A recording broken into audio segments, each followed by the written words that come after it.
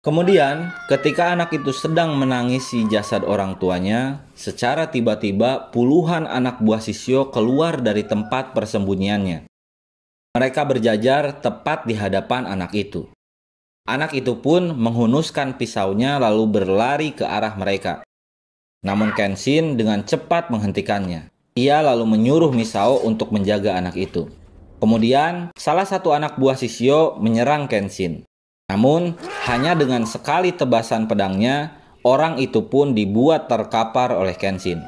Ia yang muak mendengar alasan mereka membunuh para warga dengan cepat menyerang mereka semua tanpa ampun.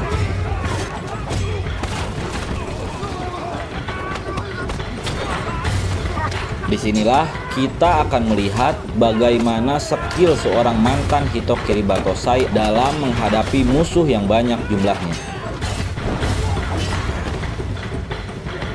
Jika saja katana yang digunakan Kenshin bukanlah Sakabato, maka sudah bisa dipastikan semua anak buah Sisio akan mati di tangannya. Hanya dalam waktu kurang dari 2 menit, semua anak buah Sisio terkapar tak berdaya. Kemudian, Kenshin menghampiri Misao dan anak kecil itu. Mereka berdua terlihat sangat terkejut dengan kehebatan Kenshin. Ia lalu mengajak keduanya untuk menguburkan orang tua anak itu. Selanjutnya, Sojiro datang menghampiri Kenshin. Ia mengaku kagum melihat kemampuan Kenshin yang mampu mengalahkan banyak musuh sendirian. Kemudian, ia memanggil Kenshin dengan sebutan Himura Batosai. Mendengar sebutan itu, Misao akhirnya tahu siapa Kenshin sesungguhnya. Kemudian, Sojiro berkata bahwa Sisio memanggil Kenshin untuk menemuinya. Lalu mereka berdua pun pergi meninggalkan tempat itu. Sesampainya di tempat Sisio, Kenshin dengan wajah yang penuh amarah bertanya padanya, "Kenapa Sisio menghancurkan desa ini?" Sisio menjawab, "Desa ini memiliki pemandian air panas yang bagus untuk kulitnya. Untuk itulah ia buat desa ini menjadi miliknya." Kenshin yang kesal mendengar jawabannya kembali bertanya, "Apa semua ini adalah balasan untuk pemerintahan yang baru?" Sisio menjawab, dia tak peduli akan semua itu. Setelah mendengar semua itu, Kenshin langsung menghunuskan pedangnya dan menantang Sisio untuk bertarung. Sisio lalu berdiri dan memberikan pedangnya pada Sojiro. Kemudian ia menyuruh Sojiro menggantikannya melawan Kenshin. Lalu Sisio pun pergi. Kenshin yang akan mengejarnya dihadang oleh Sojiro. Ia lalu mengajak Kenshin untuk bertarung. Dan pertarungan antara mereka berdua pun dimulai.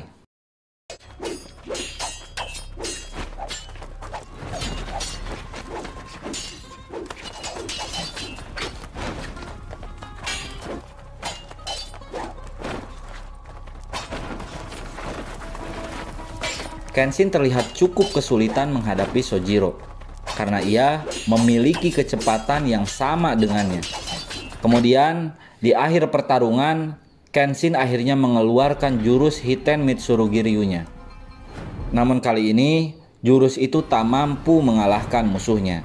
Bahkan, Sakabato miliknya harus patah akibat beradu dengan pedang Kotetsu milik Sisio itu. Pertarungan itu pun berakhir. Dan untuk pertama kalinya, Hitokiri Batosai dikalahkan oleh musuhnya. Sebelum pergi, Sojiro berkata, "Siapkan pedang barumu untuk pertarungan selanjutnya." Dan ia pun pergi. Tak lama setelah melihat kembali pedangnya yang patah, Kenshin juga pergi meninggalkan tempat itu. Selanjutnya, Sisio yang baru saja tiba di markasnya disambut oleh anak buahnya yang bernama Sadojima Hoji. Dia adalah seorang ahli strategi andalan Sisio. Kemudian, Sisio menyuruh Sojiro untuk memanggil para Joppongatana atau 10 pendekar pedang untuk menemuinya. Ia lalu berkata, saat mereka semua sudah tiba, kita akan mulai berperang. Keesokan harinya, Megumi menghampiri Kaoru yang sedang berlatih. Ia menyuruh Kaoru untuk segera menyusul Kenshin ke Kyoto. Karena jika hanya menunggu saja, Kaoru pasti akan menyesal. Tak lama, Sano dengan muka babak belurnya mendatangi mereka. Ia berkata bahwa ia akan pergi menyusul Kenshin ke Kyoto. Megumi yang tahu bahwa kondisi Sano belum pulih, lalu memberinya obat-obatan untuk bekalnya di jalan. Ia juga menyuruh Sano untuk membagi obat itu pada Kenshin. Namun, Sano memberikan obat untuk Kenshin pada Kaoru. Ia berkata, menyembuhkan Kenshin bukanlah tugasku. Ia pun lalu pergi meninggalkan dojo itu. Sementara itu, Kenshin yang baru saja sampai di Kyoto ditemui oleh Misao. Ia langsung mengajak Kenshin ke sebuah penginapan yang bernama Aoiya. Sesampainya di sana, ia lalu mengenalkan Kenshin pada pemilik penginapan itu yang bernama Kashiwazaki Okina. Misao lalu berkata, inilah Himura Batosai yang dicari oleh Aoshi. Okina bersama asistennya kemudian mengajak Kenshin ke sebuah ruangan. Di sana Kenshin akhirnya tahu bahwa Okina dan semua orang yang bekerja di sana adalah para pasukan ninja pengintai Aniwa Bansu. Mereka awalnya ditugaskan oleh Shogun untuk mengumpulkan segala informasi yang ada di Kyoto dengan berpura-pura sebagai pemilik penginapan. Namun setelah kekalahan Shogun di perang Toba Fushimi, penginapan itu kini benar-benar menjadi tempat mencari nafkah untuk mereka. Ia melanjutkan, ada seorang di antara mereka yang sulit untuk menerima kekalahan Shogun.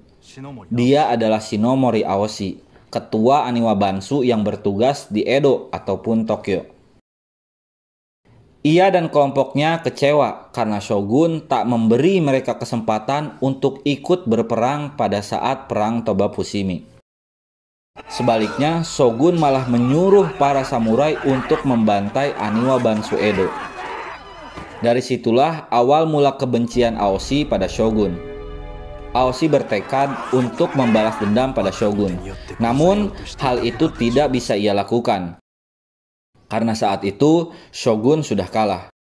Lalu sebagai gantinya, ia terobsesi untuk membunuh Himura Batosai, yang saat itu menjadi orang paling kuat di perang Toba Fushimi. Ia ingin menunjukkan bahwa Aniwa Bansu lah yang terkuat. Kenshin lalu bertanya soal Misao. Okina menjawab, sampai saat ini Misao tidak tahu soal itu. Ia juga tak tahu bahwa kini Aoshi sudah menjadi orang yang jahat. Kemudian Okina berkata, jika Kenshin membutuhkan bantuan, maka ia jangan ragu untuk memintanya pada mereka. Kenshin pun kemudian menerima tawaran itu. Ia lalu menunjukkan sakabatonya yang patah. Ia meminta pada Okina untuk mencari keberadaan Saku Arai, sang pembuat sakabato. Setelah itu, Okina langsung menyuruh anak buahnya mencari Saku Arai. Shin berpindah di markas Shishio. Di sana kita akan melihat salah satu dari anggota Juppo Ngatana yang baru saja sampai di sana.